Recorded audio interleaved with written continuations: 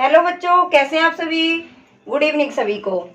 तो आज हम समझाते हैं आपको टेंस यानी काल। अभी तक जो हमने वीडियो सीधा सीधा आपको डाल दिया उसका मैंने अभी ये चार्ट नहीं बनाया था, वो आपको आज हम चार्ट समझाते हैं। ठीक है बच्चों, तो आज आप देखिएगा चार्ट। सबसे पहले आता है हमारा टेंस। कहते हो मैम टेंस पढ़ाइए, टेंस पढ़ाइए। ओके मैम, टेंस पढ़ लेते हैं। बच्चों के हमारे पास कमेंट आई है कि मैम टेंस तो पढ़ लेते लेकिन भूल जाते हैं कि टेंस कितने प्रकार के होते हैं, टेंस कितने होते हैं। उसके लिए मैंने ये आज वीडियो बनाया है, वो देखना आप सभी। तो सबसे पहले हम देखते हैं टेंस। टेंस यानी काल। टेंस, अब टेंस कितने प्रकार के होते हैं ये मुझे पता होना चाहिए। तो हमारा टेंस को 3 भागों में विभाजित किया है, ये मैंने बोर्ड पर नोट किया है, वो देखो आप। तो सबसे पहले नंबर पे आता है हमारा प्रेजेंट टेंस। इसको हम हिंदी में बोलते हैं वर्तमान काल। उसके बाद आता है पास्ट टेंस यानी भूतकाल। उसके बाद आता है फ्यूचर टेंस यानी भविष्य काल। अब इसके भी भाग अलग अलग होते हैं। जैसे प्रेजेंट टेंस है, इसके भी 4 भाग होते हैं, वो मैंने यहाँ नोट किए, वो देखना आप। सबसे पहले आता है प्रेजेंट इंडेफिनिट टेंस। जब हम टेंस शुरू करते हैं आपको सबसे पहले यही पढ़ाया जाता है, प्रेजेंट इंडेफिनिट टेंस।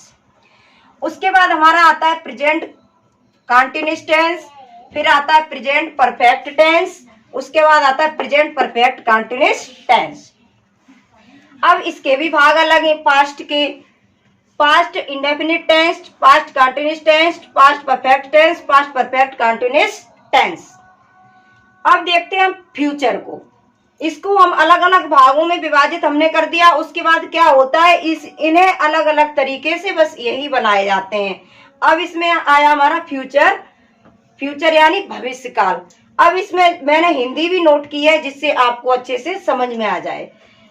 अब future indefinite tense, future continuous tense, future perfect tense, future perfect continuous tense.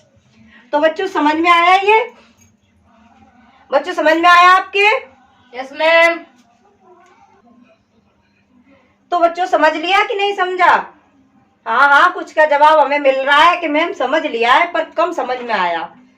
तो चलो, इंग्लिश टू इंग्लिश नहीं समझे तो अब समझो तुम अपनी, मतलब अपनी शुद्ध भाषा में हम आपको समझाते। जैसे जो टेंस हमारा क्या है, टेंस यानी टेंस होता है हमारा काल। क्या होता है? काल। अब काल तो जानते हैं, प्रेजेंट है, ये हमारा होता है इंग्लिश का वर्ड। किसका होता है? इंग्लिश का वर्ड। उसके बाद आता है वर्तमान काल। जे क्या है? हमारा हिंदी का वर्ड।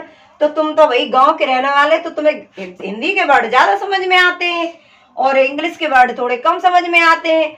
तो वर्तमान काल क्या हुआ जी? वर्तमान। वर्तमान काल कौन सा होता है? जो हमारा चल रहा है। उसके बाद आता है पास्ट टेंस। पास्ट टेंस यानी भूत, जो निकल चुका है, वो समय होता है। उसके बाद आता है हमारा फ्यूचर टेंस। फ्यूचर यानी भविष्य, जो आने वाला है, उसे हम बोलते हैं फ्यूचर। अब इसके बाद ये हमारे टेंस लिखे हुए हैं, जैसे प्रेजेंट इंडेफिनिट टेंस, ये तो अभी मैंने समझाए थे। तो इस तरीके से आपको समझ में आ जाना चाहिए। ठीक है बच्चों, समझ में आया? अब कुछ बच्चे हमारे क्या बोल रहे, मैम कुछ कम समझ में आया, थोड़ा सही से समझा दो। अब तुम समझो अपनी देहाती गांव की भाषा में। मैंने आपकी भाषा में भी समझा दिया और देखो किताबी भाषा में भी समझा दिया। अब नहीं समझे तो अब तुम्हारा तीसरा रूल है, बिल्कुल अपनी देहाती भाषा में यानी गांव की भाषा में समझिए। अब देखो, अगर इसको भी ना समझे, अब हम इस तरीके से समझाने जा रहे हैं कि जो हमारा फर्स्ट क्लास का बच्चा हो वो भी समझे कि क्या मैम ने पढ़ाया था। तो सबसे पहले देखो टेंस। जे कौन है? जे क्या है? टेंस। तो टेंस नाम के एक जे हैं बाबा। कौन है? बाबा। तो जो टेंस नाम के बाबा हैं, इन्होंने अपनी पहचान ऐसी बनाई है कि कहीं भी जाओ, कुछ भी टेंस बनाओ, सबसे पहले टेंस आता है। क्या आता है? टेंस। तो टेंस नाम के जो बाबा है, इनके ये क्या है? Present past future. इनकी है ये 3 संतान, यानी इनके 3 हैं ये लड़के। तो जो प्रेजेंट वो टेंस नाम के बाबा हैं, इनके हैं 3 संतान, इनके 3 लड़के हैं जी। पहले का नाम है प्रेजेंट टेंस, दूसरे का है पास्ट, तीसरे का है फ्यूचर। ये बाबा इतने होशियार हैं कि इन्होंने जो भी नाम रखा अपने लड़कों का उनके पीछे इन्होंने अपना नाम जरूर लगाया। इतने जो होशियार ही हैं। जब ये होशियार हैं, इन्होंने क्या सोचा, इनका ऐसा नाम रखे जो मेरा नाम इनके नाम के पीछे तो चले ही, आगे ना चले तो। और आजकल क्या होता है भाई, इंसान चला जाता है तो लोग उसे भूल जाते हैं। तो यही वो बहुत होशियार है। उन्होंने देखो क्या किया, अब इनके बेटों के नाम, अपने बेटों के नाम के पीछे क्या है, टेंस। अगर इन्हें टेंस को ना लिखोगे तो इनकी पहचान खत्म। बताओ। अच्छा, अगर हम लिख दे प्रेजेंट और पीछे ना लिखे टेंस तो इनकी पहचान खत्म। इन्हें कोई नहीं समझेगा कि प्रेजेंट कौन है जब तक इनके टेंस को नहीं लिखोगे, इन बाबा को नहीं लिखोगे। आया समझ में? अब इतना तो समझ में आ गया होगा कि जे बाबा इनके जे लड़का है, इतनी तो समझ में आई। अब इनने देखो पूरा खानदान बसा लो, यानी पूरा गांव बसाओ इनने एक बाबा ने। अब जे बाबा की 3 पुत्र हैं, इनकी देखो संतान। इनकी संतान क्या है, प्रेजेंट जो लड़का है, प्रेजेंट लड़के की ये है 4 संतान। इन तीनों बेटों की 4 संतान हुई तो कितने हो गए, 12। इन्होंने ही पूरा खानदान बसाए लो। अब तो समझ में आ रही है वो, कोई दिक्कत बनाए गांव की भाषा में समझो। अगर जाऊ भाषा में ना समझो तो बताओ कैसे समझाओ जाए। तो जब गांव की भाषा में समझो, जे है तुम्हारी करेल की भाषा। और सीधे बैठ जाओ, और हम समझा रहे, तुम्हारी समझ में आ रही कि नहीं आ रही? Yes ma'am. हाँ, इस तरीके तो तुम्हें जरूरी है समझ। जब उल्टे सीधे तरीका समझाओ तो तुम्हारी समझ में जरूर आता है। तो देखो इधर प्रेजेंट टेंस के जो, अब इनके देखो बच्चन के नाम। सबसे पहले आता है क्या, प्रेजेंट इंडेफिनिट टेंस।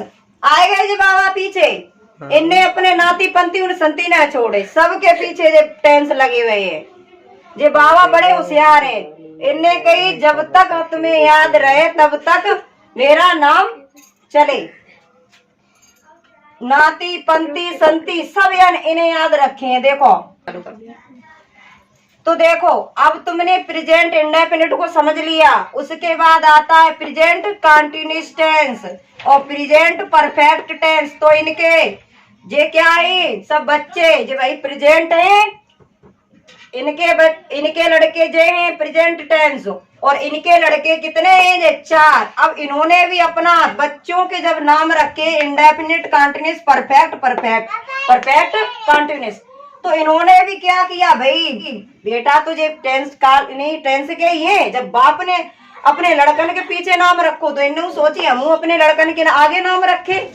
तो जेऊ बड़े होशियार हैं, तो इन्हें अपने लड़कन के सबके लड़कन के नाम, सबके नाम के आगे इन्होंने अपने नाम की पहचान दी। जैसे present indefinite tense, present continuous tense, present perfect tense, present perfect continuous tense.